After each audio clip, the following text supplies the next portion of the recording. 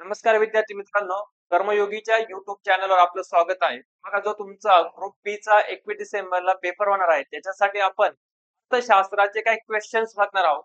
ज्या क्वेश्चन्स मुळे तुम्हाला तुमच्या त्या अर्थशास्त्राची इकॉनॉमीचे काय होईल बरं रिव्हिजन होईल किंवा ते प्रश्न काय टॅकल करायचे किंवा त्या टाईपचे काय आयोगाला प्रश्न विचारले जाऊ शकतात. तर आपण ते प्रश्न आज बघणार आहे बघा.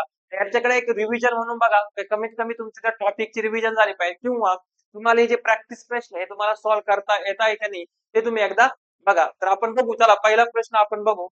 पहिला प्रश्न तुमचा जो आहे तो आहे राष्ट्रीय उत्पन्नाच्या संदर्भात आहे. तुम्ही जर मागचा पण पेपर बघितला असेल तर राष्ट्रीय उत्पन्नावरती तुम्हाला कंबाईनला प्रश्न विचारले जातात. 2 ते 3 प्रश्न मागच्या वेळेस विचारले होते. बघा काय प्रश्न आहे आता. राष्ट्रीय उत्पन्नाच्या संदर्भात तुम्हाला योग्य विधाने तुम्हाला काय करायची बरं ओळखायची. मग याच्या अगोदर आपण तुम्हाला थोडस माहित पाहिजे, बॅकग्राऊंड थोडस माहित असेल. 2 कन्सेप्ट तुम्हाला माहिती आहे बघा, जीडीपी आणि काय बरं जीएनपी.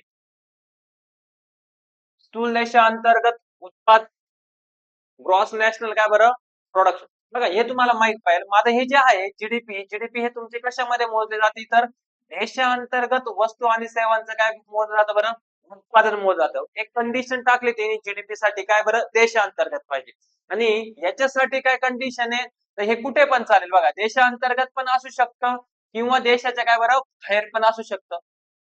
ओके. दुसरी कंडिशन काय आहे का हे जे देशांतर्गत आहे उत्पादन हे तुमचं वालं नागरिकाने कमावलेलं असो किंवा काय बरं परकीय व्यक्तीने कमावलेलं असो. म्हणजे जीडीपी मध्ये तुमचं नागरिकांचं पण उत्पन्न असू शकतं आणि तुमचं काय बरं परकीयांचं पण उत्पन्न असू शकतं एकदम सिंपल लेवलला. पण जीएनपी मध्ये तुम्हाला कोणाचं उत्पन्न पाहिजे तर नागरिक. हे तुम्हाला माहित पाहिजे, हा बॅकग्राऊंड तुम्हाला माहिती पाहिजे. अजून काय तर या जीडीपी मधून आपल्याला जर मायनस पेपर काय केला माहितीये का घसारा केला. या जीडीपी मध्ये स्थूल आहे हा, त्याच्यातून जर आपण मायनस घसारा केला तुम्हाला काय भेटणार तर तुम्हाला भेटतोय एनडीपी, नेट डोमेस्टिक प्रोडक्ट भेटतो. मग तुम्हाला आता मागच्या वर्षी हाच प्रश्न विचारला होता की एनडीपी मध्ये घसाऱ्याचा समावेश असतो का तर नाही, एनडीपी मध्ये घसाऱ्याचा समावेश नसतो. कारण एन काढला आपण, नेट काढला, निव्वळ काढला, जो आपण ऑलरेडी जीडीपी मधून काय काढलेला बरं मायनस केलेला आहे. तर असे तुम्हाला कन्सेप्च्युअल प्रश्न विचारले. तसं जीएनपी मधून मायनस घसारा केला तुम्हाला काय भेटतं बरं एनएनपी भेटतं. लक्षात ठेवा एकदम सिंपल आहे, ते तुम्हाला भेटतं. आणि या एनएनपी लाच तुम्हाला खरे उत्पन्न मोजलं जातं. जर तुम्ही घटक किमतीला जे खरं राष्ट्रीय उत्पन्न असं बघा, जर कधी प्रश्न विचारला तर एनएनपी तुमच्या वाल्या घटक किमतीला जर मोजलं तर ते खरं काय असतं बरं राष्ट्रीय उत्पन्न. असे तुम्हाला प्रश्न विचारले जाऊ शकतात. अजून भविष्यामध्ये काय प्रश्न येऊ शकतात बघा.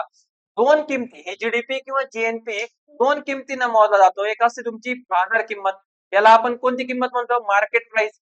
एक असते तुमची काय बरं घटक किंमत फॅक्टर कॉस्ट. या दोघांमध्ये फरक काय आहे, या दोघांमध्ये फरक काय बघा, दोघांमध्ये फरक आहे अप्रत्यक्ष कराचा आणि काय बरं अनुदानांचा.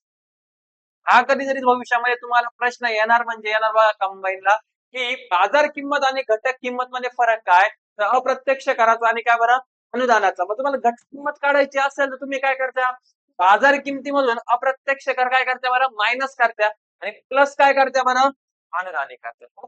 तेव्हा तुमची कोणती किंमत निघते घटक किंमत. हे तुम्हाला थोडस या चॅप्टर मध्ये बॅकग्राऊंड माहिती पाहिजे, कन्सेप्च्युअल बॅकग्राऊंड. अजून काय याच्यामध्ये विचारलं जाऊ शकतं तुम्हाला की की ही जे जीडीपी आहे ही तुमची कोणती शक्ती दाखवते अंतर्गत, कारण देशांतर्गत आहे. आणि जीएनपी तुमची कोणती शक्ती दाखवते बहिर्गत. अजून काय का याच्यामधलं जीडीपी हे कोणतं साधन आहे हे काय दर्शवतं तर संख्यात्मक. आणि जीएनपी काय तर गुणात्मक क्वालिटी आणि क्वांटिटी. हे तुम्हाला माहिती पाहिजे, हा सगळा बॅकग्राऊंड माहिती पाहिजे. आता आपण आपल्या प्रश्नाकडे येऊ बघा. प्रश्न काय म्हणतो की योग्य विधाने तुम्हाला निवडायचे राष्ट्रीय उत्पन्नाच्या बाबतीत. थोडक्यात तुम्हाला काय करायचंय का भारताचं जे राष्ट्रीय उत्पन्न आहे त्याच्या बाबतीमध्ये काय काय समस्या आहे, काय काय अडचणी येते का ज्याला राष्ट्रीय उत्पन्न कमी भरतंय. तर बघू आपण की निर्वाह शेतीमुळे पुन्हा राष्ट्रीय उत्पन्नाचा जास्त आकडा प्राप्त होतो. बघा आपण बघू आधी निर्वाह शेती म्हणजे काय. निर्वाह शेती म्हणजे फक्त उदरनिर्वाहासाठी केलेली काय बरं शेती. म्हणजे फॉर एक्झाम्पल माझ्याकडे एखादं काय एकर आहे, मग मी त्याच्यामध्ये काहीतरी बटाटे टोमॅटो वगैरे किंवा भाजीपाला काय करतोय पिकवतोय, मी तो मार्केटला नाही नेते. मग मी काय करतोय माझ्यासाठी वापर करतोय. ओके. किंवा अशा काही गोष्टी बघा की समजा मार्केटला नेते काही गावामध्ये बाजार भरतो, मग गावामध्ये जेव्हा बाजार भरला जातो तर त्याच्यासाठी काही पावती वगैरे नसते. जेव्हा तुम्ही ग्राहकाकडून किंवा वस्तू विक्रेता म्हणजे घेता तुम्ही, जर काही पावती वगैरे नाही, मग याची नेमकी रेट काय लावला जातो? किंवा कधी कधी आपण 40 रुपये किलोने पण विकतो, 10 रुपये किलोने पण विकतो. बाजाराची गोष्ट नाही, मार्केटची चालू नाही. कारण मार्केटला गेल्यानंतर तुम्हाला काय भेटते बरं? पावती भेटते. आणि म्हणजे तुमचं उत्पन्न काय होतं बरं? रजिस्टर होतं. ते तुमचं राष्ट्रीय उत्पन्नात मोजलं जातं. मग आता मी जर उदरनिर्वाहासाठी टोमॅटो लावले किंवा काही भाजीपाला लावला, मग याचं उत्पन्न कसं धरलं जातं? तर याचं उत्पन्न अंदाजे लावलं जातं. आणि अंदाजे लावल्यामुळे आपल्याला जास्तीचा आकडा नाही प्राप्त होत. आपल्याला कसा आकडा प्राप्त होतो बरं? कमीचा. बघा, राष्ट्रीय उत्पन्न कमी दाखवलं जातं. कशामुळे बरं? निर्वाह शेतीमुळे. जर हेच उत्पन्न, हे जे मी पिकवतोय, हे जर मार्केटला नेलं, मी जर रजिस्टर केलं, मला काही पावती भेटली, तर नक्कीच आपल्या जोला राष्ट्रीय उत्पन्नाचा आकडा काय भेटेल बरं आपल्याला? जास्त भेटेल. म्हणून पहिलं विधान तुमचं काय बरं? चुकीचं आहे. दुसरं जाऊ बघा, वस्तू विनिमय पद्धतीचा अस्तित्वामुळे आपल्याला राष्ट्रीय उत्पन्नाचा जास्त आकडा भेटतो. कसं नाही? वस्तू विनिमय पद्धत म्हणजे काय? की फॉर एक्झाम्पल आपण एखादी वस्तू घेताना पैसे न देता दुसरी काय देणे बरं? वस्तू देणे. मग याच्यामध्ये पैशाचे व्यवहार झाले का? नाही. वस्तूच्या बदल्यात वस्तूचे व्यवहार झाले, पैशाचे व्यवहार झालेले किंवा त्याच्यापासून कोणत्याही प्रकारचं नवीन उत्पादन, नवीन सेवेची निर्मिती झालेली नाही. म्हणून वस्तू विनिमय पद्धतीमुळे आपल्याला कमी आकडा प्राप्त होतो, जास्त आकडा प्राप्त होत नाही. म्हणून हे पण विधान काय तुमचं आलं? चुकीचं आहे. पुढचं बघा, काळ्या अर्थव्यवस्थेच्या अस्तित्वामुळे आपल्याला राष्ट्रीय उत्पन्नाचा जास्त आकडा प्राप्त होतो. हे पण विधान तुमचं चुकीचं आहे बघा. कारण काळ्या अर्थव्यवस्था ब्लॅक मनी आहे, तर ब्लॅक मनी मध्ये पैसा हा रजिस्टर केला जातो का? नाही. आपण जे उत्पन्न मोजतोय ते काय केलंय? रजिस्टर उत्पन्न मोजतोय. आणि ब्लॅक मनी मध्ये हे रजिस्टरच केलेलं नसतं. म्हणून आपल्याला हा जास्तीचा आकडा भेटत नाही. तर कोणता आकडा भेटतो बरं? कमी आकडा भेटतो. म्हणून बघा, याचं उत्तर आहे वरीलपैकी कोणतंही नाही. तुम्हाला प्रश्न विचारले जाऊ. मग अजून काय काय समस्या आहे किंवा अजून अजून काय प्रॉब्लेम आहे नेमकं भारतातलं राष्ट्रीय उत्पन्न हे कमी भरतंय. त्याच्यामध्ये बघा अजून एखादी गोष्ट जर आपण घेतली तर बघा, असंघटित क्षेत्राचं आक्रमण काय आपल्याकडे जास्त आहे. असंघटित क्षेत्राचं आक्रमण जास्त आहे बघा. असंघटित म्हणजे असंघटित क्षेत्रातले जे बरेचसे व्यवहार हे तुमचे काय नोंदणीकृत असतात. त्याच्यापैकी त्याच्यातून कोणत्याही प्रकारचे बऱ्यापैकी पैशाची नोंदणी होत नाही. म्हणून त्याच्यापैकी जे उत्पन्न भेटतं ते राष्ट्रीय उत्पन्नात आपलं मोजलं जात नाही. कारण आपल्याकडे असंघटित क्षेत्राचं आक्रमण काय असतं. अजून काय बऱ्याच लोकांना आपल्या खेड्यापाड्यामध्ये वित्तीय साक्षरता नाही. तुम्ही जो पैसा घरी ठेवताय तोच पैसा तुम्ही जर बँकेच्या अकाउंट मध्ये जर ठेवला तर ते उत्पन्न काय होणार आहे बरं? रजिस्टर होणार आहे. जेणेकरून आपलं राष्ट्रीय उत्पन्न काय होईल बरं? वाढेल. तर आपल्याकडे ती वित्तीय साक्षरता पण नाही. मग याच्यासाठीच बघा, आता ही वित्तीय साक्षरता किंवा वित्तीय समावेशता आणण्यासाठी आपण जनधन योजना वगैरे चालू केलेली आहे. मला कमेंट बॉक्स मध्ये सांगायचंय, जनधन योजना भारतामध्ये कधी लागू झालेली आहे? त्या जनधन योजनेची कधी घोषणा झाली तर तुम्ही हे सांगा. या सगळ्या गोष्टी त्याच्यामुळे या आपल्या राष्ट्रीय उत्पन्नाला काय बऱ्याच समस्या आहे हे तुम्हाला माहिती पाहिजे. अशा प्रकारे बघा, एकदम कन्सेप्च्युअल प्रश्न आपण सेटअप केला, जेणेकरून या टाईपचा पेपर तुम्हाला कंबाईनला जर आला, प्रश्न आला तर तुम्हाला तो टॅकल करता आला पाहिजे. ठीक आहे. उत्तर आहे बघा वरील पैकी एकही. पुढे जाऊ आपण. पुढचा प्रश्न आहे बघा, परकीय व्यापार या चॅप्टर वरती काढलेला प्रश्न आहे. साधा आणि सिंपल प्रश्न आहे. तुम्हाला बघा, मी अगोदर तुम्हाला बीओटी बॅलन्स काय बरं? ट्रेड. आणि काय बरं? बीओपी बॅलन्स ऑफ काय बरं? पेमेंट. हे तुम्हाला माहिती पाहिजे. ओके. व्यापार तोल आणि काय बरं? व्यवहार तोल. व्यापार तोल म्हणजे काय? का फक्त कोणाचा आयात आणि निर्यात? वस्तूंची आयात आणि निर्यात. कोणाची बरं? वस्तूंची. आणि बॅलन्स ऑफ पेमेंट म्हणजे काय? हा पूर्ण संपूर्ण काय बरं? आर्थिक व्यवहार. आर्थिक व्यवहार म्हणजे काय बघा, वस्तू पण आल्या, सेवा पण आल्या, तुमची कर्ज देणी पण आली, तुमची परकीय गुंतवणूक पण आली. हे सगळे जे आर्थिक व्यवहार आहे त्यांचा आयात निर्यात म्हणजे काय? बॅलन्स ऑफ काय बरं? पेमेंट. आणि हा फक्त कोणाच्या बाबतीत आहे? फक्त वस्तूंच्या बाबतीत आहे. अजून महत्वाची गोष्ट काय त्याच्यामध्ये तुम्हाला सांगायचं झालं, बॅलन्स ऑफ पेमेंट ही तुमची वाली बॅलन्स ऑफ कशी मोठी संकल्पना आहे, व्यापक संकल्पना आहे. बघा, हे तुम्हाला माहित पाहिजे. त्याला व्यवहार तोल आणि काय म्हणतो आपण? व्यापार तोल. तर व्यवहार तोल ही तुमची कोणती संकल्पना झाली? मोठी संकल्पना झाली. आता त्याच्या बाबतीत प्रश्न विचारला बघा, तर आपण तुम्हाला बॅलन्स ऑफ पेमेंटचं दोन खाते माहित पाहिजे. पहिली गोष्ट, एक असते तुमच्याकडे कोणतं? चालू खातं. त्याला आपण करंट अकाउंट म्हणतो. पुढे जाऊन हेच प्रश्न येणार आहे, कॅड कॅड कमी करणे, कॅड वाढवणे, करंट अकाउंट डेफिशिट तुम्हाला माहित पाहिजे. आणि हे आहे तुमचं भांडवली खातं. ओके. आणि या चालू खात्यामध्ये पुन्हा तुमचे दोन पडतात बघा. एक असतं दृश्य खातं. हे काय तुमचं बरं? दृश्य खातं. आता दृश्य खातं म्हणजे काय? त्याच्यामध्ये बघा फक्त कोणाचा व्यापार निर्यात होतो, आयात आणि निर्यात वस्तूंचा. आणि अदृश्य मध्ये बघा तुमचं कशाचं होतं बरं? सेवा. डोळ्याला दिसणाऱ्या गोष्टी असल्या वस्तू म्हणून ते दृश्य खात्यात आहे. सर्व्हिसेस हे कशामध्ये बरं? दृश्य खात्यात. याच्यात अजून काय बघा, समजा आपण एखाद्या देशाला परकीय काय दिलेलं असेल बरं, कर्ज दिलेलं असेल, त्यातून आपल्याला काय भेटणार आहे? व्याज भेटणार आहे. तर ते व्याज परकीय कर्जावरील व्याज म्हणा तुम्ही. ओके. अजून काय होणार आहे बघा, रेमिटन्स. रेमिटन्स तुम्हाला माहित पाहिजे, सगळ्यात महत्वाची गोष्ट. रेमिटन्स म्हणजे काय, की समजा एखादा भारतीय नागरिक आहे आणि भारतीय नागरिक समजा दुसऱ्या देशामध्ये कामाला आहे, तो त्यातून काही पैसे कुठे पाठवतोय बरं? भारतामध्ये पाठवतो. त्याला आपण काय म्हणतो? रेमिटन्स. हे कोणत्या खात्यामध्ये येते बरं? अदृश्य खात्यामध्ये येते. मग भांडवली खात्यामध्ये काय, तर कर्ज येते. कर्ज मग तुमचं बहिर्गत कर्ज येतं, तुमचं अंतर्गत कर्ज येतं. ठीक आहे. तुमची परकीय मदत येते, आपल्या देशाने आपल्याला काही मदत केली, किंवा याच्यामध्ये एफडीआय येतो, फॉरेन डायरेक्ट इन्व्हेस्टमेंट येतो, एफआयआय येतो, इनडायरेक्ट इन्व्हेस्टमेंट येतो. हे सगळं भांडवली खात्यामध्ये येतं. आता प्रश्न बघू आपण आधी काय, हा चार्ट जर तुम्हाला माहित असेल तर आपण प्रश्न बघू काय आहे. व्यवहार तोलाच्या चालू खात्यामध्ये बघा, बॅलन्स ऑफ पेमेंटच्या चालू खात्यामध्ये फक्त दृश्य खात्याचा समावेश होतो. फक्त दृश्य खातं आहे का चालू खात्यामध्ये? नाही, दृश्य पण आहे आणि काय बरं? दृश्य आहे. म्हणून बघा तुमचं पहिलं विधान काय बरं? चुकीचं आहे. पुढे जाऊ. व्यापार तोल म्हणजे बघा काय म्हणलंय बघा, व्यापार तोल म्हणजे फक्त वस्तूंच्या आयात आणि काय रे? निर्यात होय. Yes, BOT balance of trade म्हणजे फक्त कोणाची आयात आणि निर्यात? वस्तूंची. म्हणून याचं उत्तर आहे फक्त ब हे तुमचं काय बरं? कधी कधी आयोग तुम्हाला पुढे जाऊन असा प्रश्न विचारेल बघा, की व्यापार तोल म्हणजे चालू खात्याचं कोणतं खातं रे? दृश्य खातं. किंवा आयोग तुम्हाला प्रश्न विचारेल की बॅलन्स ऑफ ट्रेड म्हणजे फक्त चालू खाते, तर चालू खातं नाही. चालू खातं म्हणजे दृश्य आणि अदृश्य दोन्ही पण येतं. तुम्हाला फक्त कोणतं खातं मारायचंय? दृश्य खातं मारायचंय. बघा अजून जर कधी विचारलं तर या दृश्य खात्यावरती नेहमी आपल्याकडे काय आढळतं रे? बऱ्यापैकी तूट आढळते. लक्षात ठेवा. ओके. काय आढळते? तूट. असं कधी झालेलं आहे बघा, की तुम्हाला की वस्तूंच्या बाबतीमध्ये आपली निर्यात जास्त होती आणि आयात काय होती बरं? कमी होती. तर मला तुम्हाला जर माहित असेल तर कमेंट मध्ये सांगायचंय. आणि ह्या अदृश्य खात्यावरती आपल्या बऱ्यापैकी काय आढळतं बरं? शेष. लक्ष द्या. दृश्य खात्यावर काय आढळते? तूट. अदृश्य खात्यावर काय आढळते बरं? शेष आढळतो. परंतु एकूण चालू खात्याचा जर विचार केला तर चालू खात्यावरती काय आढळतं रे? म्हणजे या शेष पेक्षा ही तूट काय बरं? जास्त आहे. म्हणून चालू खात्यावरती पण काय आढळते बरं? तूट आढळते. तर असं भरपूर डीप मध्ये आपण घेतलेला आहे ऑलरेडी ऑफलाईनच्या स्टुडंटसाठी. ओके. तर हा एक दुसरा प्रश्न होता तुमच्यासाठी. पुढचा प्रश्न आपण बघू बघा. या प्रश्नाचं उत्तर आता तुम्हीच द्यायचंय बघा. आणि मला कमेंट बॉक्स मध्ये पण तुम्ही सांगायचंय. बघा, अवमूल्यनाच्या बाबतीमध्ये अवमूल्यन केल्यास खालीलपैकी कोणते परिणाम आढळून येतात? तर मी तुम्हाला फक्त एक्सप्लेन करणार आहे. तुम्ही काय उत्तर असू शकतो तुम्ही ते सांगायचं बघा. अवमूल्यन म्हणजे काय? तर अवमूल्यन म्हणजे काय? तर रुपयाची किंमत काय रे? घसरणे.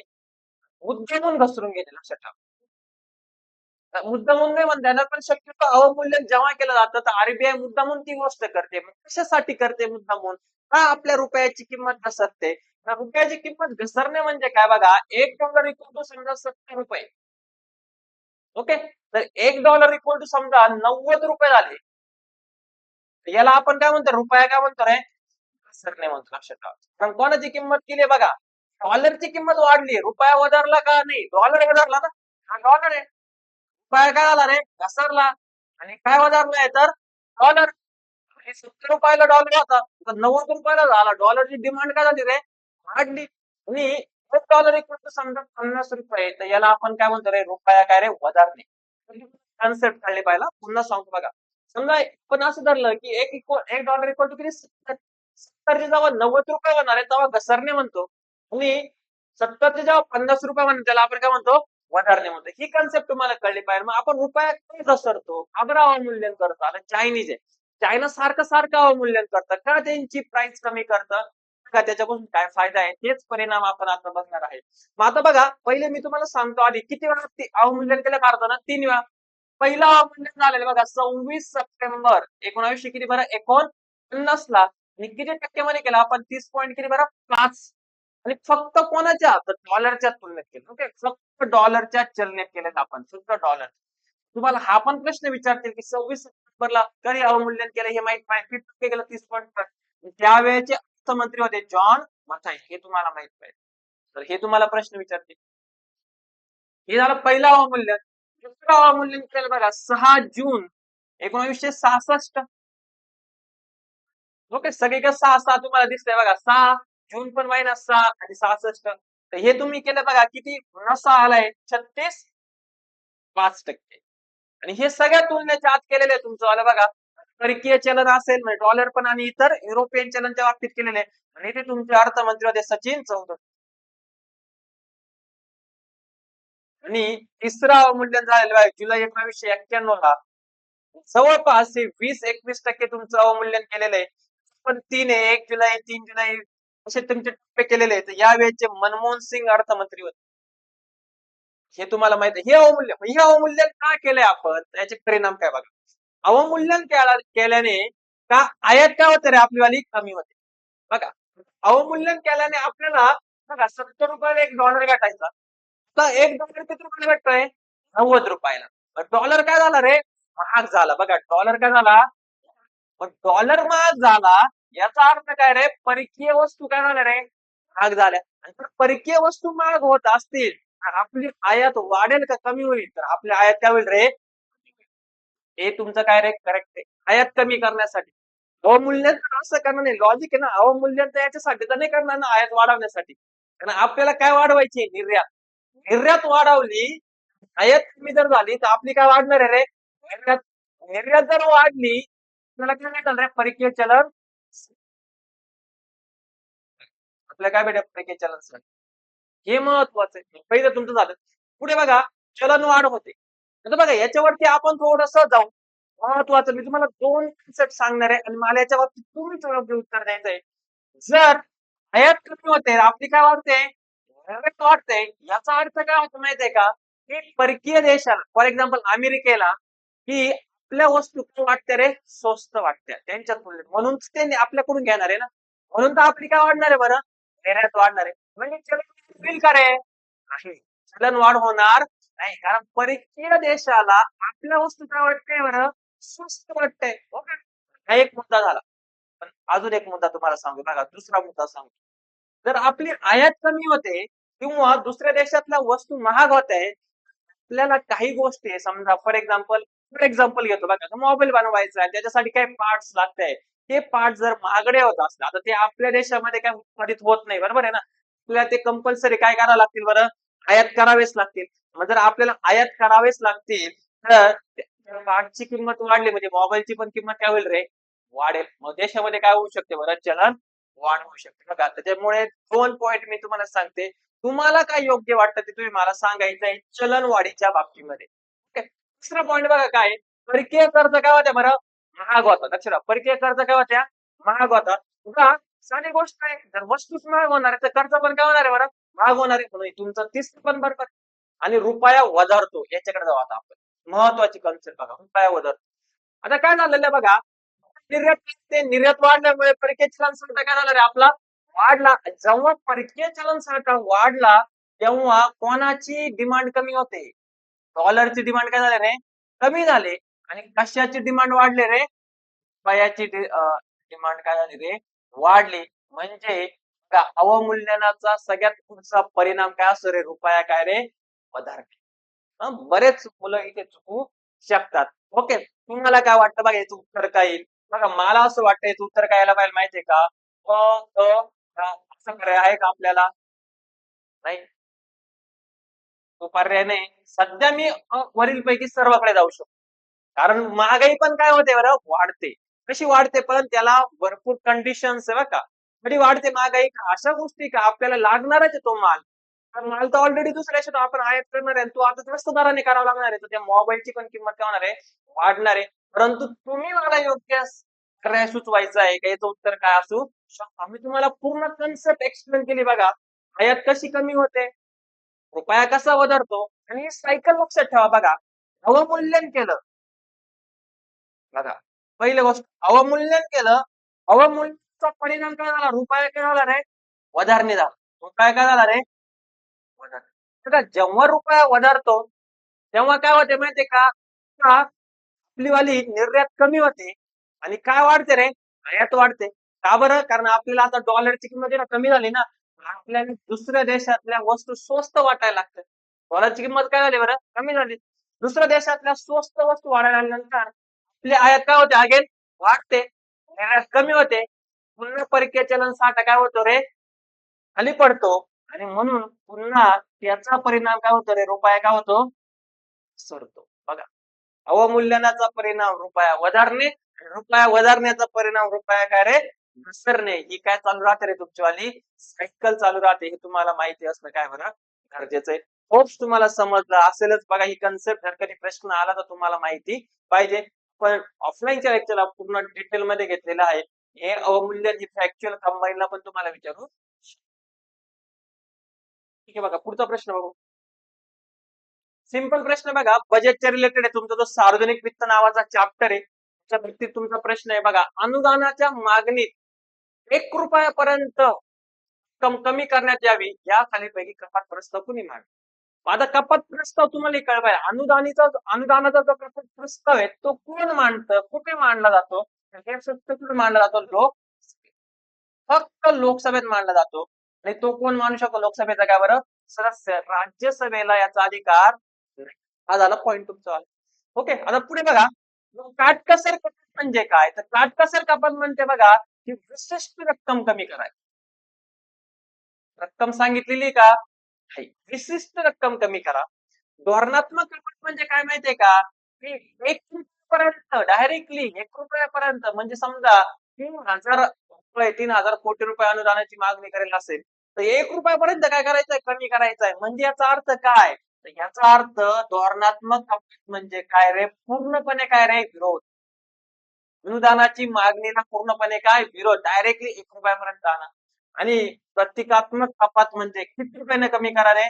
100 रुपयाने कमी करा. हे माहित नाही तुम्हाला.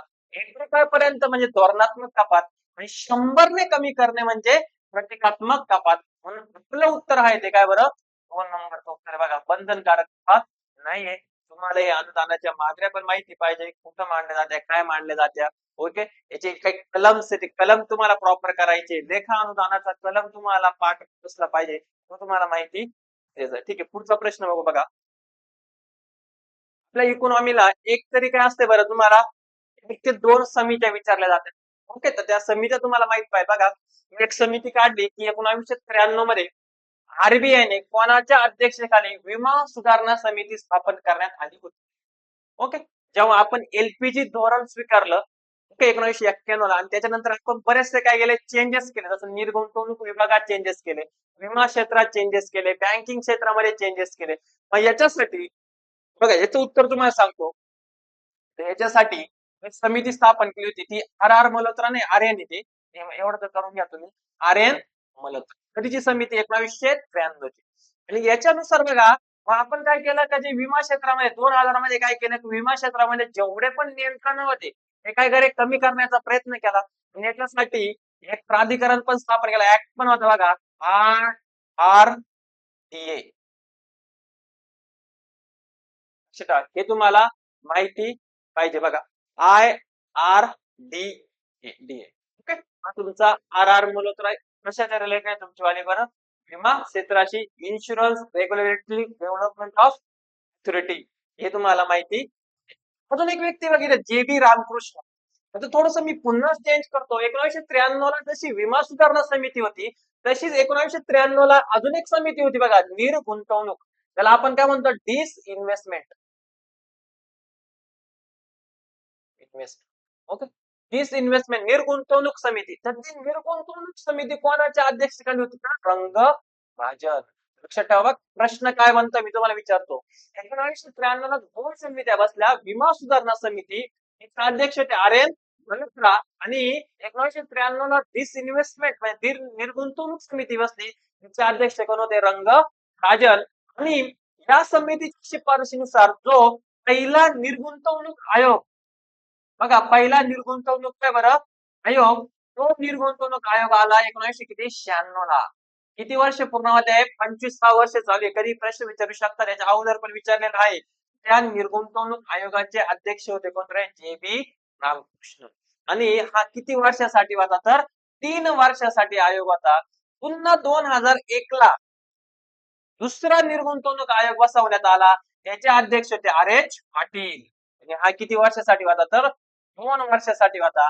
निर्गुंतवणूक म्हणजे काय? तर ढोबळ मानाने जर व्याख्या सांगितली तर सरकारी मालकीची जी काही कंपनी असेल किंवा जे काही असेल उद्योग, हे काय करणार आहे? प्रायव्हेट कंपनीला विकणे, याला आपण थोडक्यात काय म्हणतो? निर्गुंतवणूक. आणि या निर्गुंतवणूकचा वापर आपण देशामध्ये करतो पायाभूत सुविधांसाठी, बाकीचे पण सरकारचे जेवढे पण विकासात्मक काम असतील त्यातून जो पैसा भेटणार आहे त्यासाठी काम करतो. हे तुम्हाला माहित पाहिजे. बघा भविष्यात कुठेतरी प्रश्न तुम्हाला 100% असेल. इथे तुम्हाला 25 वर्ष नाही, सॉरी, इथे तुम्हाला किती 30 वर्ष पूर्ण होत आहे. इथे तुम्हाला एक किती 25 वर्ष चालू 2001 तुम्हाला माहिती. ओके, एकदम भारी प्रश्न सेट केलेला आहे. 3 पैकी एक तरी भविष्यामध्ये कधीतरी तुम्हाला येणाऱ्या परीक्षांसाठी प्रश्न विचारला जाऊ शकतो. हे काही नाही तुमचं आलं, अशी काही समिती मी बघितली नाही. एम नरसिंहने तुम्हाला बँकिंग क्षेत्राचे रिलेटेड आहे. नरसिंहन येते तुमचं काय वित्तीय क्षेत्राच्या रिलेटेड समिती तुम्हाला पहिली आणि दुसरी ती तुम्हाला माहिती पाहिजे. पुढे जाऊ आपण. तरलता समायोजन सुविधा लिक्विडिटी ऍडजस्टमेंट फॅसिलिटी मध्ये कोणत्या मौद्रिक साधनांचा समावेश होतो? पहिली गोष्ट लक्षात ठेवा, चलन वाढ किंवा चलन घट करण्यासाठी 2 धोरणे, मॉनेटरी पॉलिसी आणि काय बरं तुमची वाली बरं फिस्कल पॉलिसी. मौद्रिक धोरण आणि राजकोषीय धोरण. राजकोषीय धोरण सरकारद्वारे राबवलं जातं. मौद्रिक धोरण कोणाद्वारे? Reserve bank of India, RBI द्वारे. त्याच्यामध्ये तुमच्याकडे पुन्हा आता मी हे मागचे जर तुम्ही लेक्चर कव्हर केले असतील तर पूर्णपणे स्पष्टपणे सांगितलेले आहे. 2 प्रकार राहतात साधनांमध्ये, संख्यात्मक साधने, गुणात्मक साधने. संख्यात्मक मध्ये प्रत्यक्ष आणि काय बरं अप्रत्यक्ष. पूर्ण मागच्या सगळ्या व्हिडिओ जे टाकलेले इकॉनॉमिकच्या मध्ये तिथे तुम्हाला डिटेल मध्ये मी सांगितलेलं आहे. माझा प्रश्न आहे बघा, या तरलता समायोजन सुविधेमध्ये खालीलपैकी कोणत्या मौद्रिक धोरणाचा समावेश होतो? बघा याच्यामध्ये होतो तुमच्या कशाचा समावेश होतो? रेपो व्यवहार किंवा ज्याला ऑपरेशन्स म्हणतो आपण, रेपो ऑपरेशन्स. रेपो व्यवहार तुमचा किती ऑप्शन येतात? क आहे का? येस, 1 नंबर मध्ये तुमचं आलं फक्त काय बरं. ओके, तर रेपो ऑपरेशन्स तुम्हाला माहिती पाहिजे. याच्यामध्ये अगेन रेपो रेट येतो तुमचा आला. नंतर काय रेट आहे बरं? रिव्हर्स रेपो रेट आहे. ओके, हे तुम्हाला माहित पाहिजे. मग हे जे रेपो ऑपरेशन्स असतात हे शक्यतो एका दिवसाची तरलता किंवा ओव्हरनाईट साठी राहत्या, की एक दिवसासाठी पैशाची काय केली जाते बरं? देवाण घेवाण केली जाते. मी तुम्हाला डिटेल मध्ये माहिती पाहिजे. तसंच बँक दर आहे, बँक दर माहित पाहिजे. शक्यतो हे तुमचं वालं दीर्घकालीन कर्जासाठी वापरला जाऊ शकतो. बँक रेट जर कर्ज घेणार आहे बघा, समजा एखाद्या बँकेने कोणाकडून कर्ज घेतलं? RBI कडून कर्ज घेत आहे. कोणत्या कालावधीसाठी बरं? दीर्घकालीनसाठी असेल. आणि एखाद्या बँकेने अल्पकालीनसाठी कर्ज घेतलं कमी वेळेसाठी, तर त्याला आपण कोणता रेट म्हणतो बरं? रेपो रेट म्हणतो. हे तुम्हाला डिफरन्स कळा बरं. खूप त्याच्यामध्ये आता किंवा जे तारण ठेवणारे ते तारण विकलं पाहिजे का ते तारण पुन्हा मिळवण्याचं आश्वासन दिलं पाहिजे. खूप गोष्टी हे उत्तर लक्षात ठेवा फक्त काय बरं. पुढचा प्रश्न बघा, हिंदू वृत्ती दर कोणत्या कालखंडाला किंवा कालावधीला म्हटलेला आहे? ओके, तर बघा तो तुम्हाला पाठच पाहिले 1950 ते काय बरं 80. हा का बरं हिंदू वृत्ती दर म्हटलेला आहे? त्याला भरपूर कारण आहे. का धार्मिक संस्थांचा जास्त करून हिंदू धार्मिक संस्था विस्तार झाला होता बऱ्यापैकी. आणि बाय काही राजकीय बघितलं तर काही धार्मिक पक्ष जसा जनसंघ नावाचा पक्ष पण काय आला होता बरं, उदयाला आला होता. म्हणून बऱ्यापैकी धार्मिक विस्तार होत गेला. म्हणून शक्यतो कोणत्या धर्माचा धार्मिक विस्तार झालेला आहे? हिंदू धर्माचा. म्हणून या कालखंडाला 50 ते 80 मध्ये हिंदू म्हटलं जातं. तर प्रश्न तुम्हाला जेव्हा विचारतील तर ह्या कालखंडामध्ये राष्ट्रीय उत्पन्न किती होतं? तर राष्ट्रीय उत्पन्न तुम्हाला माहित पाहिजे. दरडोई उत्पन्न किती होतं? तर दरडोई उत्पन्न तुम्हाला माहिती पाहिजे.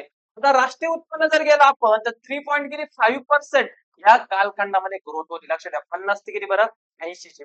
आणि दरडोई उत्पन्न बघितलं तर 1 पॉईंट किती राहील? 3%. हे तुम्हाला माहित पाहिजे. हा भविष्यामध्ये तुम्हाला 100% काही बरं प्रश्न येईल. ओके, बाकीचे पण ग्रोथ रेट आहे. तर बघा सगळ्यात आधी पहिल्यांदा सगळ्यात कृषी क्षेत्राचा दर काय होता? सगळ्यात जास्त होता. ओके, म्हणजे 50च्या वर होता. जर 1950-51 जर विचार केला तर जवळपास 50च्या वरती कृषी रेट होता. आता जर बघितलं कृषी क्षेत्राची जागा कोणी घेतली बरं? सेवा क्षेत्राने घेतली. तर हे तुम्हाला माहित पाहिजे. तर सेवा क्षेत्राचा रेट जास्त आहे, नंतर उद्योग आणि नंतर काय रे? कृषी. एवढं लक्षात ठेवा, उद्योग अराउंड 30च्या आसपास आहे, म्हणजे एक्झॅक्ट नाही माहित पाहिजे तुम्हाला. प्रॉब्लेम कृषी अराउंड म्हणजे 20च्या आतच आहे, 20च्या आतच आहे, आणि सेवा जवळपास 50च्या काय बरं वरती आहे. हे तुम्हाला माहिती असतं काय बरं गरजेचं आहे. ठीक आहे, पुढे जाऊ आपण. योजनांवरती प्रश्न असतो बघा तुम्हाला. तर योजना तुम्हाला करायची आहे, इकॉनॉमी मधली पण योजना करा तुम्ही, आणि कशामध्ये योजना करा बरं, बाकीच्या करंट अफेअर मधल्या पण योजना करा. तुम्हाला ऍटलीस्ट 2-1 प्रश्न तरी करंट अफेअरच्या योजनेमध्ये तुम्हाला विचारले जातील. ओके, मग बघू आता आपण काय म्हणलं. 2001 सप्टेंबरची योजना आहे. अगेन त्याला किती वर्ष पूर्ण होणार आहे, म्हणजे चालू आहे बघा, 25 वर्ष चालू आहे म्हणून मी विचारली ही योजना. तर विचारू शकता बघा, संपूर्ण ग्रामीण रोजगार योजनेबद्दल तुम्हाला प्रश्न विचारलेला आहे. आता या योजनेमध्ये कोणत्या योजनेपासून बनलेली आहे? ओके, तर या संपूर्ण ग्रामीण रोजगार पासूनच तुमचे काय बनलेले माहितीये का? याच्यामध्ये जाऊन तुम्ही फूड फॉर काय बरं वर्क नावाचे म्हणजे अशी एक योजना आहे, ती जेव्हा ऍड करता तुम्ही तर तेव्हा एमजी नरेगा, मग नरेगा नावाची योजना बनली जाते. परंतु प्रश्न काय काय ह्या योजना कशा तुमच्या बनलेल्या आहेत? ती बनलेली आहे तुमच्यावाली जवाहर ग्राम समृद्धी योजना. ही योजना आहे 1 एप्रिल 1999 ची. आणि आश्वासित रोजगार योजना ही तुमची आहे बघा 2 ऑक्टोबर 1993 ची. या दोन योजनेतून तुमच्यावाली म्हणून उत्तर पाहिजे ब आणि ड. तर या दोन योजनेतून तुमच्यावाली संपूर्ण ग्रामीण रोजगार योजना बनलेली आहे. आता ही जी जवाहर ग्राम समृद्धी योजना आहे ही कशापासून बनली आहे? JRY, जवाहर रोजगार योजना. ही पण कधीची 1 एप्रिल 1989. हे तुम्हाला माहिती पाहिजे. ओके, तिची पुनर्रचना काय केली? जवाहर ग्राम समृद्धी योजना 1 एप्रिल 1999. हे टोटल योजना तुम्हाला माहित पाहिजे. विश्वासित रोजगार योजना बघितली तर एमजी नरेगाच्या अगोदर, एमजी नरेगाच्या अगोदर सुद्धा तुम्हाला डायरेक्ट काम देणारी योजना होती. एखाद्या व्यक्तीला कुटुंबाला 100 दिवस काम वगैरे, तशी नरेगामध्ये डायरेक्ट काम देणारी पहिली योजना कोणती होती? विश्वासित रोजगार योजना होती. ओके, फक्त ही प्रायोगिक तत्वावर चालू होती किंवा तिचं दुर्गम खडका प्रदेशाच्या बाबतीमध्ये ती योजना होती. तशी एमटी नरेगा ही पूर्ण काय संपूर्ण ग्रामीण भागासाठी. ओके, तर हा थोडासा डिफरन्स तुम्हाला कळला पाहिजे. मग ही JRY आहे ही कुठून चालू होती? ही तुम्हाला माहित पाहिजे, national rural employment program NREP, आणि एक भूमिहीन लँडलेस RLGP ही जी योजना होती बघा RLEGP 15 ऑगस्ट 1983 ची. ह्या ज्या दोन योजनेतून तुमची JRY बनली, JRY मधून ग्राम समृद्धी बनली, त्याच्यात आश्वासित रोजगार योजना एकत्र केली आणि संपूर्ण ग्रामीण रोजगार योजना बनली. हे तुम्हाला माहिती पाहिजे. ओके, बाकीचं बघा काय प्रधानमंत्री ग्रामोदय योजना पण माहिती डिस्कस केलेलं आहे. माझ्यामध्ये तुमच्या 2000 काय बरं एक ची योजना आहे पूर्णपणे डिस्कस केलेलं आहे. कोणते याच्यामध्ये हे याची तुलना आपण भारत निर्माण योजनेसोबत पण केलेली आहे. भारत निर्माण योजनेमध्ये 2 घटक नाही, शिक्षण आणि आरोग्य. तसे याच्यामध्ये शिक्षण आणि काय बरं आरोग्य. अशा प्रकारे या योजना तुम्हाला थोड्याशा माहित पाहिजे. स्वयंरोजगारीत कोणत्या योजना आहे, रोजगारीत कोणत्या योजना आहे, कुशल कामगारांसाठी कोणत्या योजना आहे, अकुशल कामगारांसाठी कोणत्या योजना आहे. तशी JRY ही ग्रामीण भागासाठी होती, तशी NRY नेहरू रोजगार योजना कोणा भागासाठी होती? तर शहरी भागासाठी होती. हे तुम्हाला माहिती असणं काय गरजेचं आहे. ठीक आहे, पुढे जाऊ आपण. जिल्हा मध्यवर्ती बँक आणि RBI आणि नाबार्ड यांच्यामध्ये कोण दुहेरीचे काम करतं? हे तुम्हाला माहित पाहिजे बघा. काही एवढं अवघड नाही, थोडस जर आपण घेतलं तर सोपं आहे बघा. हे माहित पाहिजे बघा, सहकार आहे. ओके, सहकार तुमच्यावाले दोन असतात, ग्रामीण आणि एक काय बरं नागरी. ग्रामीण मध्ये तुमचे पुन्हा बघा लघु मुदतीचे कर्ज देणारे आणि काय बरं दीर्घ मुदतीचे. दीर्घ मुदतीचे देणारे कोणते बँक आहे? भूविकास बँक. हे तुम्हाला माहित, भूविकास बँक ज्याच्याकडे जमीन आहे त्यांना कर्ज देते दीर्घ मुदतीचे. ओके, ते लघु याच्यामध्ये काय येतं तुमच्याला बघा, यांना ऑपरेट करणारे कोणी माहितीये का? नाबार्ड किंवा RBI. नाबार्ड शक्यतो. ओके, आणि इथे आहे तुमची राज्य सहकारी बँक. नंतर खाली कोणती बरं? जिल्हा सहकारी बँक. खाली आहे प्राथमिक कृषी पतसंस्था काय सहकारी बँक. असं तुम्हाला वरचीवर मी सांगतो. आता काय विचारलं तुम्हाला का जिल्हा मध्यवर्ती बँक आणि नाबार्ड म्हणजे ही आणि यांना मध्ये दुव्याचं काम कोण करतो? तर राज्य सहकारी. एकदम सिंपल आहे बघा. राज्य सहकारी बँकेच्या नाबार्ड आहे, राज्य सहकारी बँकेच्या खाली काय तुमचं आलं? ओके, राज्य भूविकास बँक आहे बघा. मला सांगा का 2003 ला याचं नाव बदललेलं आहे. काय नाव बदललंय तुम्ही कमेंट बॉक्स मध्ये टाकायचंय. भूविकास बँकेचं बघा 2003 ला काहीतरी नावामध्ये बदल झालेला आहे, हे तुम्ही दाखवायचं आहे. याचा काही संबंध येत नाही. ओके, भूविकास बँक बघितली. याचं याचं ऑलरेडी तुम्हाला मी सांगितलं कोणत्या मुदतीचं कर्ज येतंय बरं, दीर्घ मुदतीचे कर्ज आहे. तर हे तुम्हाला माहिती पाहिजे. ठीक आहे, पुढे जाऊ आपण. 6 नंबरचा प्रश्न आहे. एकदम सिंपल प्रश्न आहे, काय लॉजिक्स आहे त्याच्यामध्ये, फक्त लॉजिकल आहे. तुम्हाला काय आकडेवारी काय विचारलेली नाही दारिद्र्याची वगैरे. काय बघा, दारिद्र्य निर्मूलनासाठी खालीलपैकी कोणते उपाय राबवले पाहिजे. सिंपल लॉजिक आहे, काहीच नाही. लोकसंख्या नियंत्रण, यस, पॉझिटिव्ह गोष्ट आहे. लोकसंख्या कंट्रोल जर झाली, आपण दारिद्र्य काय बरं बऱ्यापैकी काय करू शकतो, कमी करू शकतो. ग्रामीण औद्योगिकरण, यस, आपल्याला काय भेटणार आहे, रोजगार भेटणार आहे. रोजगारामधून दारिद्र्य कमी होऊ शकतं. बँकांचे राष्ट्रीयकरण, यस, राष्ट्रीयकरण केल्यानं काय होतं, बऱ्याचशा ज्या प्रायव्हेट बँक आहेत त्याचं उद्दिष्ट काय बरं, नफा कमवणे. ते कोणाला कर्ज देतील, फक्त जे लोक कर्ज भरू शकतात. शक्यतो श्रीमंतांना जास्त कर्ज देतील. मग तिथून वित्तीय समावेशन होईल का, नाही. त्याच बँका जर, जे इंदिरा गांधीजींचं तत्व होतं का, त्याच बँकांचं राष्ट्रीयकरण केलं, पण ग्रामीण भागामध्ये काय आणू शकतो रे, वित्तीय समावेशन आणू शकतो. त्या गटाला, गरीब गटाला कर्ज पण भेटू शकतं. म्हणून हे पण तुमचं उत्तर बरोबर आहे. बघा, तुम्हाला असं वाटतं की राष्ट्रीयकरणाचा काही संबंध नाही दारिद्र्याशी, 100% काय बरं संबंध. पुढे बघा, प्राथमिक काय बरं शिक्षण, एज्युकेशनचं तुम्हाला काय बरं गरजेचं आहे. म्हणून याचं उत्तर काय बरं, वरील पैकी सर्व. असं थोडस हाय लेवलला किंवा जास्त इकॉनॉमिकच्या बाबतीमध्ये थोडस डेप लेवलला तुमचे काय असले पाहिजे बरं, विचार असले पाहिजे, थिंकिंग असली पाहिजे. ठीक आहे, पुढचा प्रश्न बघू. बघा, बेरोजगारी मोजण्याच्या खालीलपैकी कोणती पद्धत नाही. ओके, तर तुम्हाला पहिली गोष्ट 3 पद्धत माहिती पाहिजे. बघा, CWS तर आहे तुमची वाली, CDS पण आहे. ओके, राहिली काय बरं, चालू मासिक स्थिती.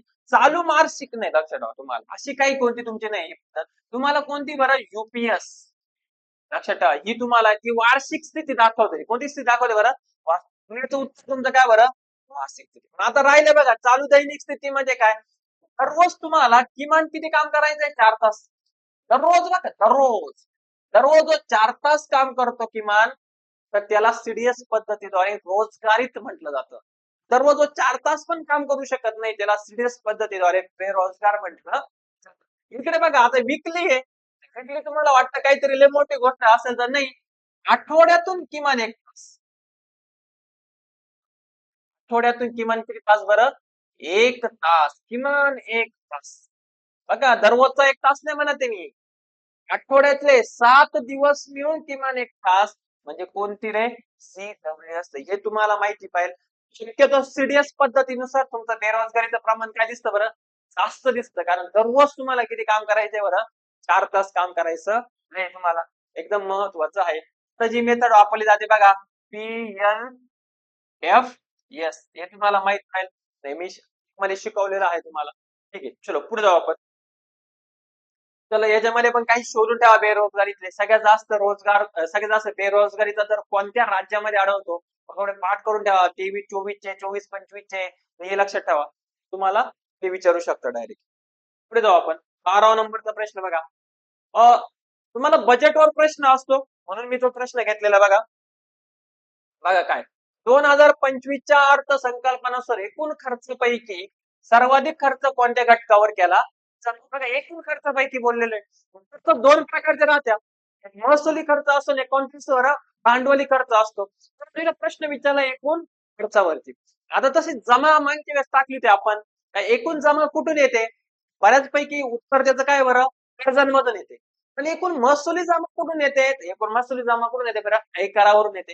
हे आपण मागच्या वेळेस बघितलं ना, तुम्हाला पण एवढं बारीक करायचं. म्हणून हे जे आपण 15 प्रश्न घेऊन आलोय, का तुम्हाला अप्रोच कळला पाहिजे, तर तुम्ही कुठून शिकू शकता मुलं.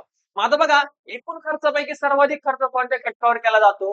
बघा, त्याचं उत्तर आहे राज्यांमध्ये कोणाची विभागणी रे, कराची विभागणी. सर्वाधिक खर्च याच्यावरती होतो बघा, राज्यांमध्ये टॅक्स डिस्ट्रीब्युशनवर सर्वात काय होतो, खर्च होतो. म्हणून तुमचं वाल्याचं उत्तर आहे बघा 2. म्हणजे त्याच्यानंतर काय आहे, घेतलेल्या कर्जावरील काय बरं, व्याज. कधी 1, नंतर काय तुमचं आलं 2.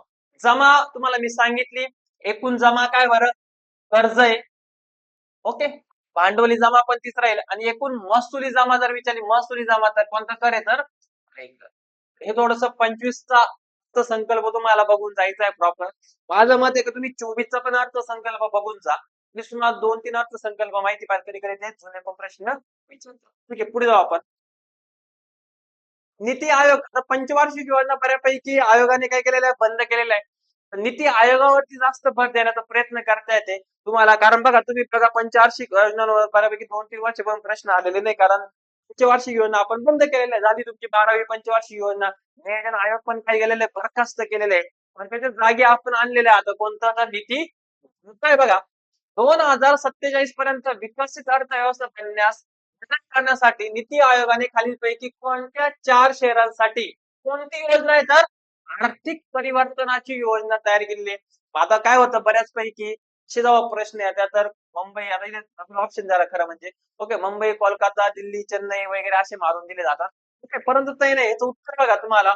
म्हणून मी प्रश्न टाकलाय, जर कधी विचारला तर बघा, मुंबई, सुरत, वाराणसी आणि काय बरं, विशाखापट्टणम. याचं उत्तर आहे तुमचं बघा 2 नंबरचं उत्तर आहे. नेमकी प्रश्न कधीतरी येऊ शकतो बघा भविष्यात तुमच्या कोणत्याही, मी म्हणत नाही गडबलाच येईल, गडबला येईल, कला येईल, मेन्सला येईल, कुठेतरी तुम्हाला प्रश्न तो सापडेल. मग याच्यामध्ये काय करायचे, या शहरांमध्ये तुम्हाला विकासात्मक गोष्टी करायच्या आहे, स्पोर्ट्स डेव्हलप करायची, भरपूर काही काही करायचंय. तेव्हा आपण एक विकसित अर्थव्यवस्था काय करू बरं, बनवू शकतो. कुठपर्यंत रे, 2047 पर्यंत हे नीती आयोगाचं काय बरं उद्दिष्ट आहे, तर हे तुम्हाला माहित नाही. नीती आयोगाबद्दल मी तुम्हाला जास्त सांगणार नाही, कारण तेवढा बेसिक अभ्यास झालेला ते तुमचा. 1 जानेवारी 2000 किती बरं 15 नीती आयोगाची काय बरं स्थापना आहे. नीती आयोगाचे अध्यक्ष पंतप्रधानाचे असतात. उपाध्यक्ष तुम्ही शोधा. नीती आयोगाचे सीईओ ते कोण आहे ते शोधा, हे तुम्हाला माहित पाहिजे. नीती आयोगाच्या जागी आपण महाराष्ट्रामध्ये काय स्थापन केली आहे, मित्रा. मित्रा तुम्हाला माहिती पाहिजे. ओके, तर मित्राचे अध्यक्ष, उपाध्यक्ष तुम्हाला माहित पाहिजे, मित्राचे सचिव माहित पाहिजे तुम्हाला कोण आहे, प्रवीण परदेशी नावाचा व्यक्ती कोण आहे नेमका मित्राचा, हे तुम्हाला माहिती पाहिजे. ठीक आहे, पुढे जाऊ. पुढचा प्रश्न बघा तुम्हाला, अहवालावरती विचारलेला आहे, जागतिक लिंगभेद निर्देशांक ग्लोबल जेंडर गॅप रिपोर्ट आहे 2025 चा. त्याच्यामध्ये भारत जगाचा किती क्रमांक आहे ते फॅक्च्युअल आहे. थोडेसे काही रिपोर्ट तुम्हाला माहिती असणं काय गरजेचं आहे. याची उत्तर आहे बघा, कितवा रिपोर्ट आहे आपल्याला, कितवा क्रमांक आहे, 131. काही गोष्टी बघा तुमच्यावाल्या अजून काय का, तुम्हाला एचडीआय माहित पाहिजे, ह्युमन डेव्हलपमेंट रिपोर्ट कितवा क्रमांक आहे, 130 आहे. म्हणजे 134 होता, आता किती झाला, 130.